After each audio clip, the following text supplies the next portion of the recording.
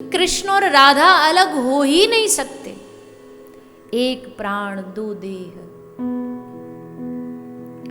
और उसमें भी अगर एक स्टेप ऊपर बढ़े तो उसमें भी कृष्ण स्वयं अगर चाहे भी तो श्री राधा रानी के भाव को समझ नहीं पाते। किशोरी जी इतनी दयावान हैं, इतनी कृपालु हैं, इतनी किसी के भी अपराध को न देख करके उसको कंठ से गले से लगा लेने वाली श्री राधा रानी, सबका पालन पोषण करने वाली श्री राधा रानी। ब्रज में एक कथा सुनाते हैं कि बरसाने में कोई सेठ आया। सेठ जी का नियम था कि वो एक संत को भोजन करा के भोजन प्रसादी पाते, बिना उनको पवाए नहीं पाते थे, नियम था उनका। तो उन्होंने अपने जो नौकर आए उनसे कहा कि जी लाओ एक कोई संत पकड़ करके आग्रह करके उनको लेके आओ। वो सारे बरसाना में घूमे, उनको आज कोई संत नहीं मिला।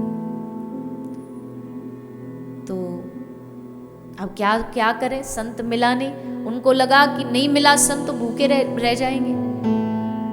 तो उसने एक भिखारी को देखा। भिखारी को कहा तू थोड़ी देर के लिए संत बनने का नाटक करेगा? बोले वो कैसे होगा? बोले कपड़े बदलने, बस कुछ नहीं करना और चुप हो जाना, मौन हो जाना, क्योंकि तू बोलेगा तो समझ में आ जाएगा कि तू साधु नहीं है। उसको संत बना के ले आए। भिखारी था, आ गया, बैठ गया। सेठ ने कहा कि लाओ भोजन लाओ। भोजन ला के उसके सामने परोसा और जैसे परोस के वो खाने लगा तो सेठ ने तुरंत उसका हाथ पकड़ लिया। खबरदार, कौन है तू, बता, तू साधु नहीं है। उसने कहा कैसे पहचाना? बोले साधु कभी भी भोजन की थाली देखते ही ऐसे ही सीधा खाने लग जाए, ये साधु नहीं होता। पहले भगवान को भोग अर्पित करता है, भोग लगाता है, उसके बाद खाएगा। बता तू कौन है? तो बता दिया कि भैया तो भिखारी पकड़ के लाए थे। भगाया उसको, भाग यहां से, खबरदार जो भोजन किया तो। और सेठ खुद भी भूखा रहा कि आज संत को नहीं पवाया, हम भी नहीं खाएंगे, और रात को सो गया भूखा। रात को सपने में राधा रानी आई। राधा रानी ने पूछा कि क्या हुआ आज? तो कहा कि ऐसे ऐसे झूठ बोल के आया था। तो राधा रानी ने कहा तूने उसको भूखा छोड़ दिया?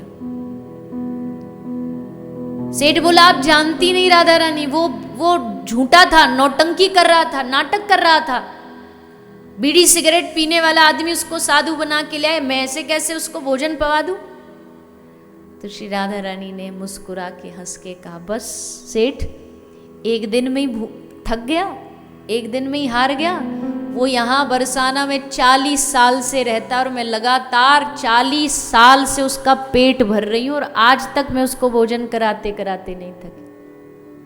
मुझे भी पता है कि वो झूठा है, मुझे भी पता वो गलत काम, लेकिन फिर भी मैंने कभी भी भेदभाव नहीं किया। मैंने 40 साल उसका पेट भरा, तू एक दिन में ही उसका गुण और अवगुण देखने लग गया।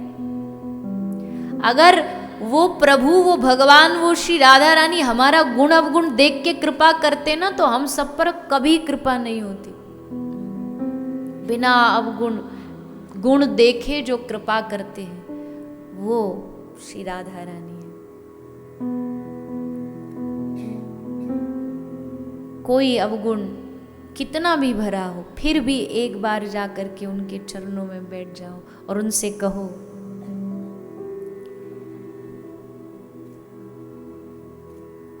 हे श्री राधा रानी, जो भी अवगुण हम में भरे हों, ये अवगुण भी कहाँ से आए?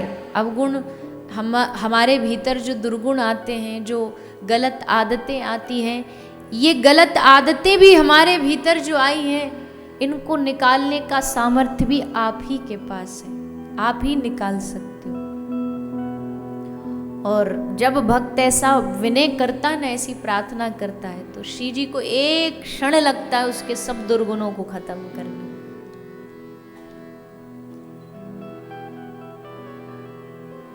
इसलिए श्री राधा रानी से प्रार्थना करें, हे श्री लाडली जी, हम पर आपकी ऐसी कृपा बने कि जिस भजन साधन से आप रीझती हो, जिस प्रकार के गुण आपको चाहिए वैसे हमें बना दो, वैसा हमारा स्वभाव बना दो। हमको तो नहीं पता आपको कैसा स्वभाव पसंद है, आपको जैसा स्वभाव पसंद है वैसा हमारा स्वभाव बनाओ, वैसा हमारा हृदय बनाओ।